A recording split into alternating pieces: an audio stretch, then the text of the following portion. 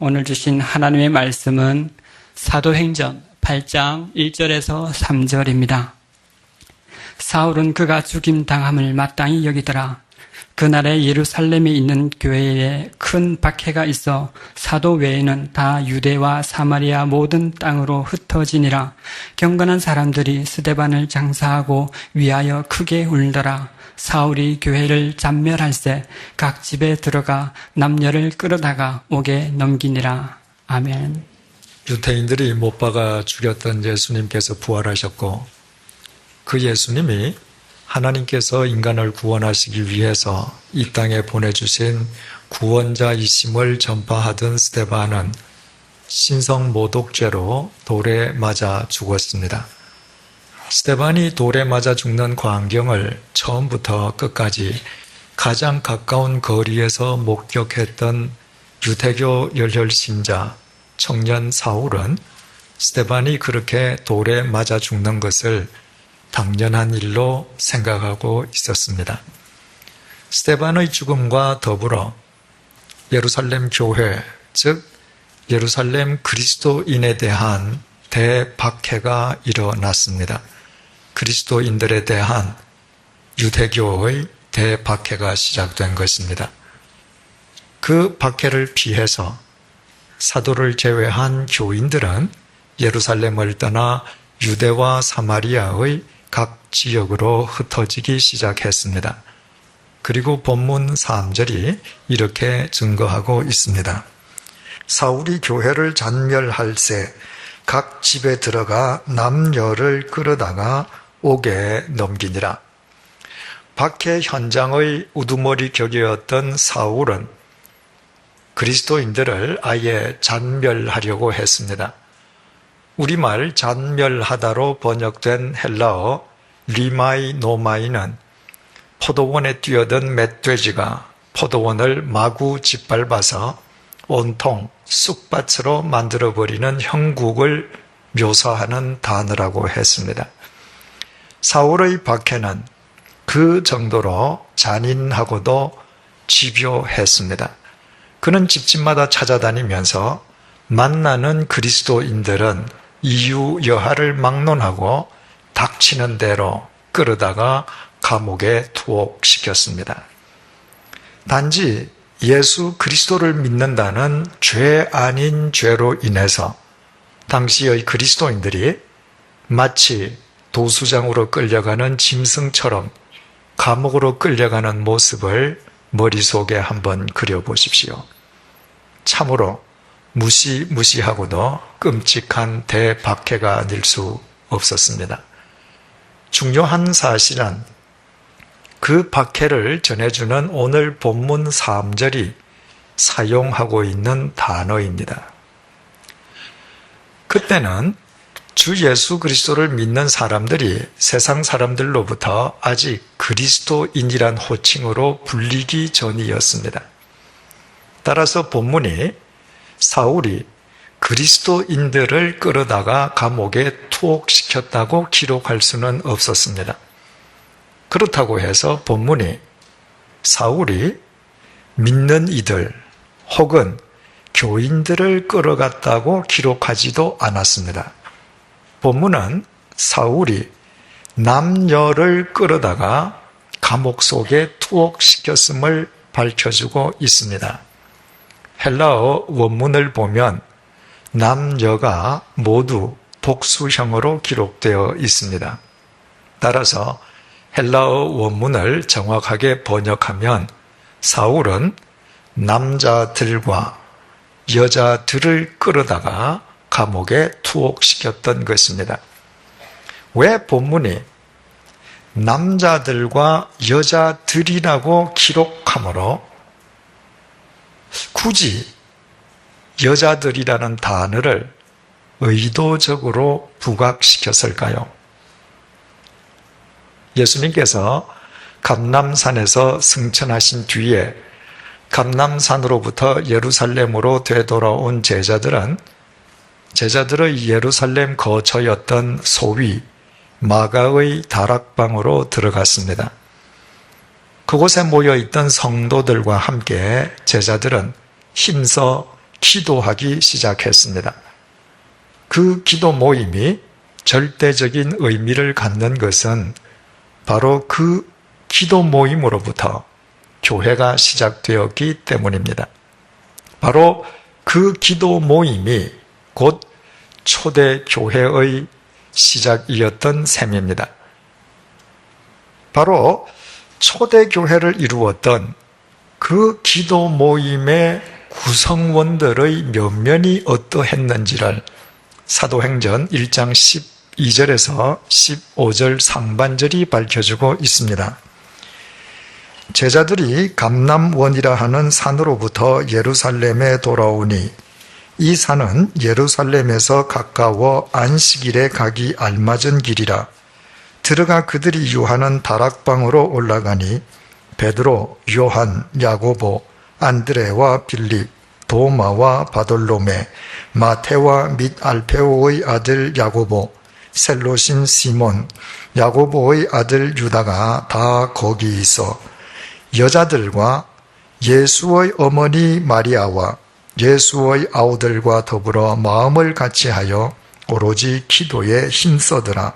모인 무리의 수가 약 120명이나 되더라. 초대교회를 이루게 된 그 기도 모임은 예수님의 제자들, 예수님의 아우들, 그리고 예수님의 어머니인 마리아를 포함한 여자들로 구성되어 있었습니다. 예수님의 제자 가운데에서 예수님을 배신했던 가롯 유다를 제외하고 나면 나머지 11명의 제자들은 모두 남자들이었습니다. 예수님의 아우들 역시 남자들이었습니다. 마태복음 13장 55절에 의하면 예수님의 동생들 이름이 기록되어 있는데 그 이름은 야고보, 요셉, 유다, 시몬이었습니다. 4명 모두 남자의 이름입니다. 이처럼 이름이 밝혀진 남자의 수를 다 합쳐도 15명밖에 되지 않습니다. 그 기도 모임에 참여한 사람의 총수가 약 120명이라고 증거하고 있으니 신원이 밝혀진 15명의 남자를 제외하고 나면 나머지 사람들은 마리아를 포함한 대부분의 여자들이었을 것임을 알게 됩니다. 대체 그 기도 모임에 참석했던 여자들이 구체적으로 어떤 여자들이었는지 우리가 알 수 있는 성경적 단서가 있습니다. 예수님께서 못 박혀 돌아가신 십자가 현장과 관련해서 마가복음 15장 40절에서 41절이 다음과 같은 사실을 전해주고 있습니다. 멀리서 바라보는 여자들도 있는데 그 중에 막달라 마리아와 또 작은 야고보와 요새의 어머니 마리아와 또 이 외에도 예수와 함께 예루살렘에 온 여자가 많이 있더라. 예수님께서 십자가의 구원을 성취하시기 위해서 갈릴리를 떠나 예루살렘으로 상경하실 때 예수님을 쫓아서 예루살렘까지 따라간 갈릴리 여자들이 많이 있었습니다. 바로 그 많은 갈릴리 여인들이 초대교회의 모태가 된 이 기도 모임의 구성원이 되었을 것임은 두말할 나위도 없습니다. 교회의 역사와 사도의 행적을 밝혀주는 사도행전 1장에서부터 초대교회 구성원의 대다수가 여자였음을 밝혀주는 의미가 대체 무엇이겠는지에 대해서는 1년 반 전에 해당 본문을 살펴볼 때 깊이 생각해 본 적이 있었습니다. 신구약 성경은 3400년 전부터 1900년 전까지 약 1500년에 걸쳐 기록되었습니다. 오늘 이 시점에서 본다면 성경은 아득히 먼 옛날에 기록된 것입니다. 따라서 성경이 전하고자 하는 내용의 의미를 바르게 파악하기 위해서는 성경이 기록될 당시의 상황을 먼저 바르게 이해하는 것이 절대적으로 필요합니다. 오늘의 시각으로 그 옛날에 기록된 성경을 파악하려고 해서는 그 내용의 의미를 바르게 건져 올릴 수 없다는 의미입니다. 성경이 기록될 당시 그 옛날 유대 사회는 철저한 가부장적 사회였습니다. 남성, 그것도 성인 남성 중심의 사회였습니다. 얼마나 성인 남성 중심의 사회였던지 여자와 아이들은 사람 축에 끼워주지도 않았습니다. 그런데 그와 같은 극단적인 남성 중심 사회 속에서 기록된 성경은 여자들과 관련해서 그 당시의 관점으로 본다면 깜짝깜짝 놀랄만한 사실들을 전해주고 있습니다. 마태복음 14장 21절은 예수님께서 떡 5조각과 물고기 2토막으로 대군중을 먹이셨던 오병이어의 현장에 여자와 아이 외에 성인 남자가 5,000명이나 되었음을 전해주고 있습니다. 오늘날 그 구절은 대표적인 여성 비하 구절로 간주되고 있습니다. 여자를 수에 끼워주지도 않았기 때문입니다. 그러나 2000년 전으로 되돌아가 그 시대의 관점에서 그 구절을 바라보게 되면 의미는 전혀 달라집니다. 그 당시 사회 관습상으로는 그곳에 여자가 있었다는 사실을 아예 기록할 필요조차 없었습니다. 여자는 있어도 있지 않는 것과 똑같았기 때문입니다. 그럼에도 불구하고 마태복음 14장 21절이 그곳에 여자와 아이를 제외하고 남자 성인만 5,000명이 있었다고 굳이 여자를 언급한 것은 그곳에 성인 남자 5,000명보다 훨씬 많은 여자와 아이들이 있었음을 전하는 2000년 전 방식의 표현법이었던 것입니다. 복음사는 십자가에 못 박혀 돌아가신 예수님의 고난의 현장을 끝까지 지켰던 사람들도 여자들이요, 예수님께서 돌아가신 지 사흘째 되는 날 새벽에 예수님의 무덤을 찾아갔다가 부활하신 예수님을 직접 목격한 최초의 부활의 증인들도 여자들이었음을 밝혀주고 있습니다. 그것은 2000년 전에 단순한 사실의 전달이 아니었습니다. 굳이 언급하지 않아도 될 여자들의 이야기를 썼다고 하는 것 자체는 예수 그리스도의 고난과 부활의 현장에 끝까지 참된 믿음으로 동참한 사람은 여자들 뿐이었음을 강조하는 표현법이었습니다. 사도행전 1장에서 초대교회가 태동되었던 집을 사람들은 마가의 다락방, 마가의 집이라고 부릅니다. 그 집 주인의 이름이 마가라는 데서 유래한 호칭입니다.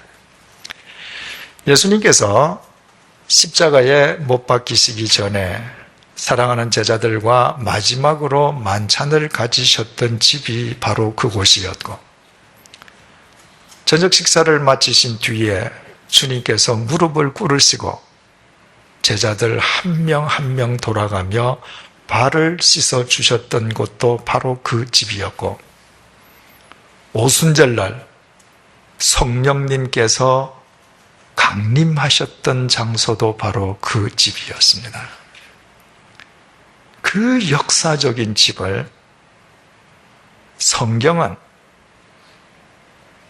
우리가 부르는 것처럼 마가의 집이라고 단 한 번도 부르지 않습니다. 사도행전 12장 12절은 그 집을 가리켜서 마가의 어머니 마리아의 집이라고 못 박고 있습니다. 마가의 아버지가 먼저 세상을 떠났다면 마가 아버지의 집은 아들인 마가의 소유로 상속되는 것이 당시의 관습입니다. 그럼에도 불구하고 성경은 그 집을 가리켜 아들 마가의 집이라 하지 아니하고 마가의 어머니 마리아의 집임을 분명히 하고 있습니다. 주님을 위해 믿음으로 그 집을 내어놓은 사람이 아들 마리아가 아니라 아들 마가가 아니라 어머니 마리아였음을 분명히 전해주기 위함이었습니다. 그리고 사도행전 1장은 바로 그 마가의 어머니 마리아의 집에서 시작된 초대교회 구성원의 절대 다수가 여자들이었음을 밝혀주고 있습니다. 이 모든 것은 당시의 관점으로 본다면 가히 혁명적인 표현들이었습니다. 이미 말씀드린 것처럼 이와 같은 여자들의 이야기는 성경에 전혀 기록할 필요도 없었습니다. 여자는 있어도 있지 않는 것이요 여자가 한 일은 하지 않은 것과 똑같기 때문입니다. 그럼에도 복음서가 당시의 관습을 거스르면서까지도 혁명적일 정도로 여자들의 이야기를 강조해서 쓴 의미가 대체 무엇이겠습니까? 믿음에 관한 한 언제나 여자들이 남자들을 앞선다는 것입니다. 믿음에 관한 한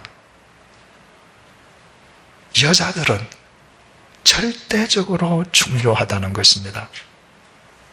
신심에 관한 한 여자의 신심이 남자의 신앙심보다 더 깊다는 것입니다. 그 신심 깊은 여자들로 인해 초대교회가 아름다운 교회가 될 수 있었다는 것입니다. 바로 이것이 초대교회가 태동된 이후에 성장하는 과정을 전해주는 사도행전 5장 14절이 이렇게 증언하는 이유입니다. 믿고 주께로 나오는 자가 더 많으니 남녀의 큰 무리더라. 본 구절도 큰 무리가 주님 앞에 나왔다고 기록하지 않고 남녀의 큰 무리라고 기록하고 있습니다. 본 구절의 원문에도 남녀가 각각 복수로 기록되어 있습니다.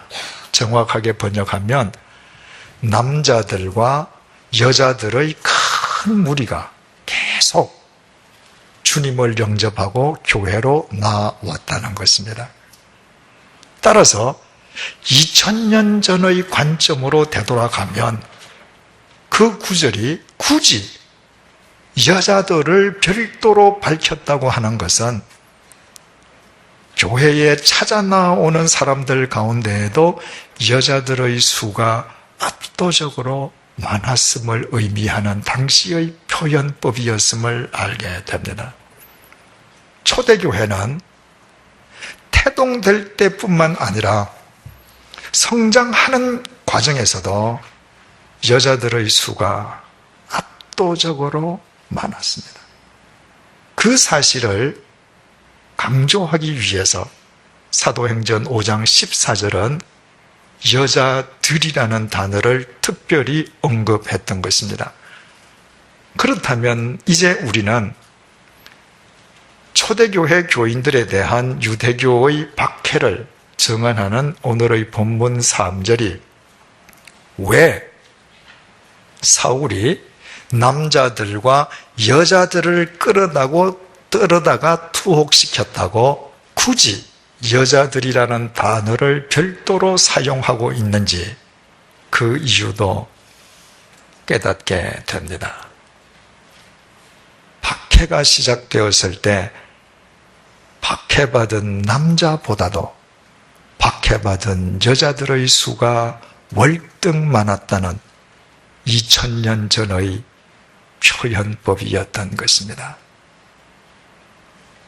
초대교회를 이루고 있던 여자들의 신앙심은 그만큼 참되고도 깊었습니다. 초대교회의 여자들은 평소에는 주님을 잘 쫓다가 주님에 대한 믿음으로 인해서 자신들에게 위해가 가해질 때에는 간단하게 주님을 외면해버리는 신앙의 기회주의자들이 아니었습니다. 그들은 오직 예수 그리스도만 자신들을 위한 구세주 되심을 확신하면서 예수 그리스도 때문에 자신들에게 임하는 박해를 두려워하지 않았습니다. 그들은 신앙의 양심을 어기면서까지도 박해를 모면하려 한 것이 아니라 박해를 당할지언정 신앙의 정절을 지켰던 진정한 그리스도인들이었습니다. 초대교회의 절대 다수를 점하고 있는 여자들이 그처럼 박해를 두려워하지 않는 판에 그 여자들 앞에서 초대교회의 어느 남자가 신앙의 정절을 헌신짝처럼 내던질 수가 있었겠습니까? 결국 여자들을 강조하는 2000년 전에 기록된 본문 3절은 초대교회 교인들이 그 극심한 박해 속에서도 신앙을 지킬 수 있었던 원동력이 여자들의 깊은 신앙심으로 비롯되었다는 사실을 우리에게 전해주고 있는 것입니다. 왜 여자들의 신앙은 이처럼 중요할까요? 왜 믿음에 관한 한 여자들의 역할이 항상 남자를 앞서며 절대적일까요? 이유는 간단합니다. 여자는 이 땅에 태어나는 모든 인간을 잉태하는 생명의 태요, 생명의 자궁이기 때문입니다. 이 세상에 태어나는 그 어떤 인간도 여자의 태를 거치지 않고는 나올 수가 없습니다. 심지어는 성자 하나님이신 예수 그리스도마저도 여자의 태를 통해서 오셨습니다. 모든 생명의 태가 되는 여자의 존재가 얼마나 중요하면 하나님께서 당신의 독생자이신 예수 그리스도를 이 땅에 보내실 때 순결한 처녀 마리아를 예수 그리스도를 위한 태로 선택하셨겠습니까? 창기나 범법자 여자의 태를 통해서 예수 그리스도가 이 땅에 오신다는 것은 생각하는 것만으로도 끔찍합니다. 그러므로 믿음에 관한 한, 아니 믿음의 세계를 벗어나서도 모든 생명의 태인 여자의 중요성은 절대적일 수밖에 없습니다. 여자가 어떤 마음, 무슨 생각으로 살아가느냐 하는 것은 그 여자 한 개인의 문제로 끝나지 않고 수없이 많은 사람, 온 세상에 마저 영향을 미치게 되기 때문입니다. 그렇다면 여기에서 우리는 본문 속에서 좀 더 귀중한 사실을 알게 됩니다.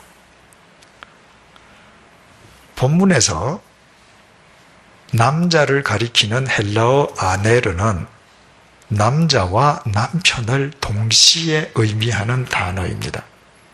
그리고 본문에서 여자를 가리키는 헬라어 귀네 역시 여자와 아내를 동시에 뜻하는 단어입니다.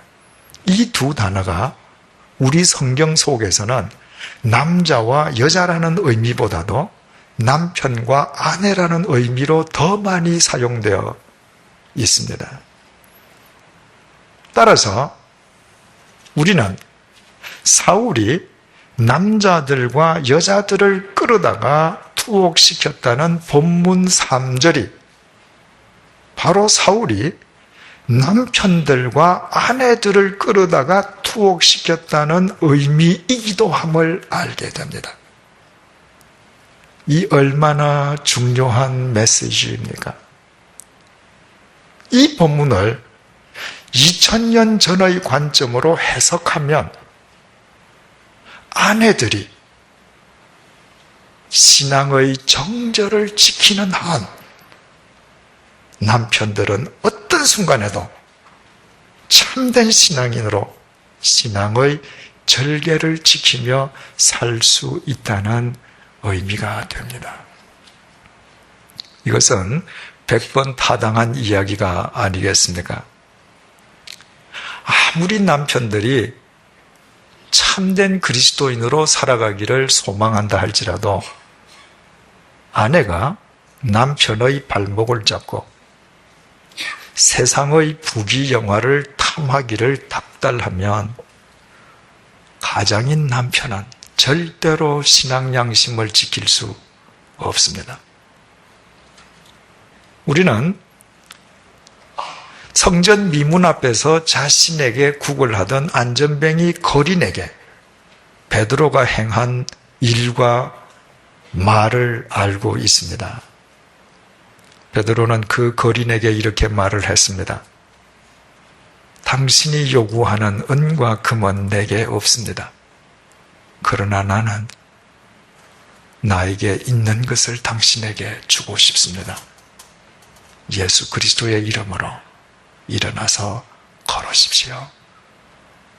그리고 베드로가 손을 내밀어 그를 일으켰을 때 그 거리는 선천성 안전뱅이 상태로부터 치유되었습니다.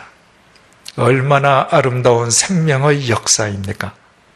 그러나 만약 그때 베드로의 아내가 베드로의 발목을 잡고 당신도 다른 집 남자처럼 은금을 가져오라고, 다른 집 남편보다 더 많은 은금을 가져오라고 매일 닥달했던들, 과연 갈릴리 어부 베드로의 삶 속에 그처럼 아름다운 생명의 역사가 가능할 수 있었겠습니까? 반대로 아내가 신앙의 정절을 지키는 한 남편은 언제든지 위대한 신앙인으로 살아갈 수 있습니다. 일제시대 때 신사참배를 거부하다가 옥사한 주기철 목사님은 한국교회 순교자의 대명사로 추앙받고 있습니다. 주기철 목사님이 순교하기까지 신앙의 정절을 지킴으로 인해 하마터면 맥이 끊어질 뻔했던 한국 교회의 정통성이 지켜지고 이어졌습니다. 하지만 주기철 목사님 역시 인간인 이상 왜 마음이 흔들릴 데가 없었겠습니까? 연로한 노모, 사랑하는 아내, 나 어린 자식들을 생각할 때마다 왜 불쑥 마음이 약해지지 않았겠습니까? 그럼에도 주 목사님이 순교하기까지 신앙의 정절을 지킬 수 있었던 것은 그분의 아내 오정모 여사의 내조로 인함이었습니다. 그분의 아내 오정모 여사는 사랑하는 남편이 예수 그리스도를 위해 죽을지언정 처자식을 위하여 예수님을 배반하지 않도록 초지일관하게 결연한 신앙으로 남편을 내조했습니다. 마침내 주기철 목사님은 신앙을 지키기 위해서 순교했습니다. 주님을 위해 순교함으로 그분은 그리스도 안에서 영원히 살았고 그분으로 인해 한국 교회가 살아났습니다. 이것은 한국 교회 역사가 기록하고 있는 바요, 우리가 알고 있는 바입니다. 하지만 오늘의 성경 본문 관점에서 바라보면 이야기는 달라집니다. 그분의 아내 덕분에 그분은 그리스도 안에서 자신을 지킬 수 있었고 한국 교회를 지킬 수 있었습니다. 위대한 순교자 주기철 목사라는 이름에 가려져 그분의 아내 오정모 여사는 아무것도 한 일이 없는 것처럼 보입니다.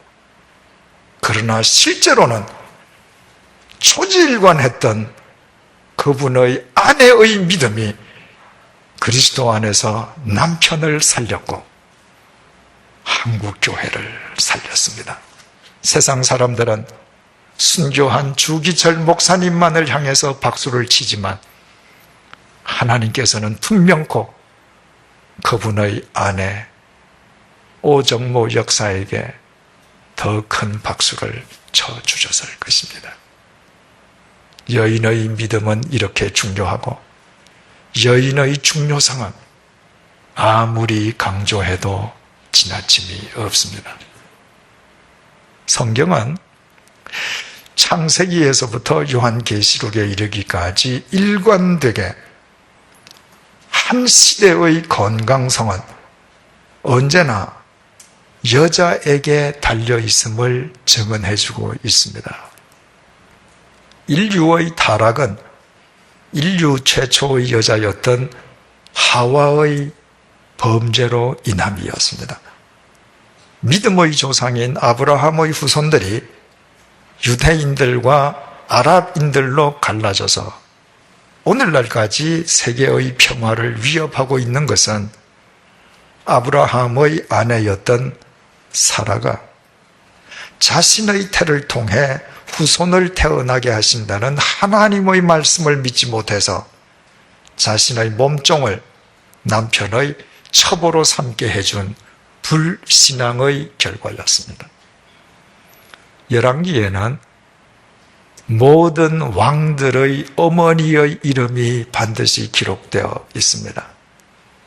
어느 여자의 자식으로 태어나서 어느 여자의 자식으로 성장했느냐에 따라서 어떤 왕이냐가 결정되고 그로 인해 이스라엘 역사가 달라지게 되었음을 우리로 하여금 확인할 수 있도록 해주기 위함입니다.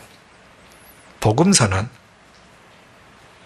약혼자를 둔 처녀가 돌에 맞아 죽을 위험을 무릅쓰고 성령으로 하나님의 아들을 낳으라는 하나님의 명령에 순종함으로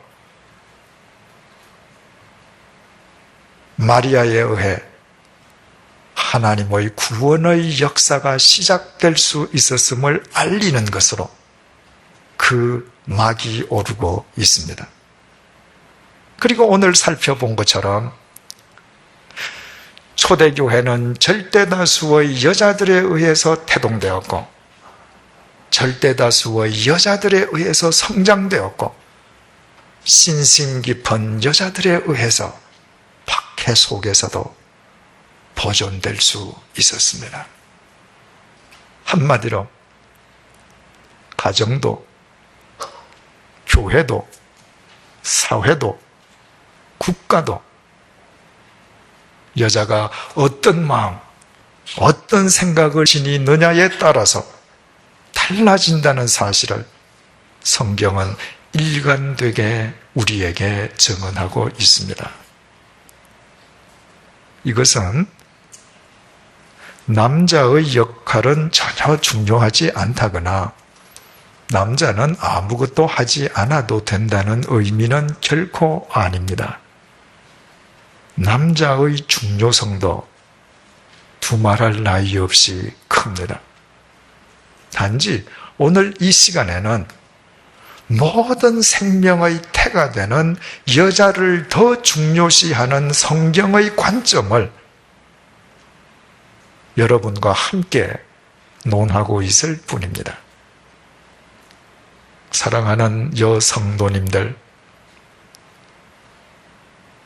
이 다음에 이 세상을 떠나서 여러분들이 하나님 앞에 서게 될 때 하나님께서는 여러분들에게 이 세상에 사는 동안 얼마나 예뻤는지, 얼마나 화려한 삶을 살았는지, 얼마나 상류사회에 속했었는지, 얼마나 이제에 밝았는지 절대로 따지시지 않을 것입니다. 하나님께서는 여러분에게 어떤 마음과 어떤 생각으로 살았는지를 따지실 것입니다. 다시 말씀드리면 단지 이 세상에 속한 세상의 여자로 살았는지 신심 깊은 믿음의 여자로 살았는지 물으실 것입니다. 여자들이 어떤 생각, 어떤 마음으로 사느냐에 따라서 남편과 자식의 인생이 달라지고 교회와 사회의 역사가 달라지기 때문입니다. 알고 계십니까? 이 땅에 태어나는 모든 인간이 여자로부터 잉태된다는 것은 실은 이 세상 자체가 여자로부터 잉태됨을 의미한다는 말입니다. 기도하시겠습니다.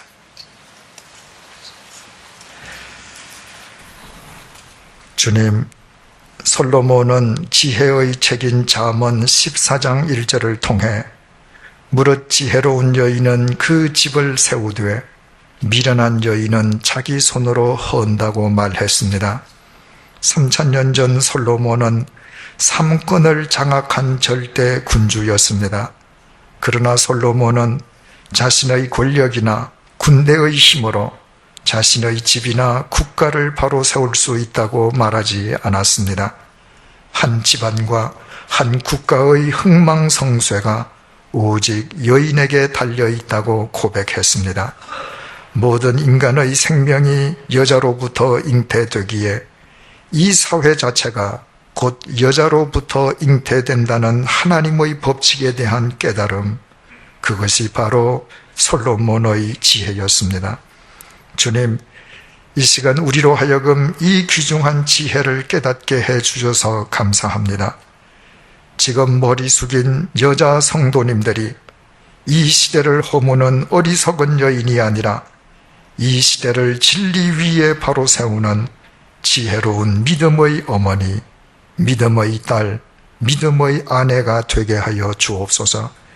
지금 머리 숙인 남자 성도님들이 지혜로운 믿음의 여자들의 말에 귀를 기울일 줄 아는 믿음의 아버지, 믿음의 아들, 믿음의 남편이 되게 하여 주옵소서. 그리하여 우리 모두 참된 믿음의 사람들이 되게 해주시고 우리로 인해 우리가 몸담고 있는 가정과 교회와 이 사회가 날로 새로워지게 역사하여 주옵소서. 예수님의 이름으로 기도드립니다. 아멘.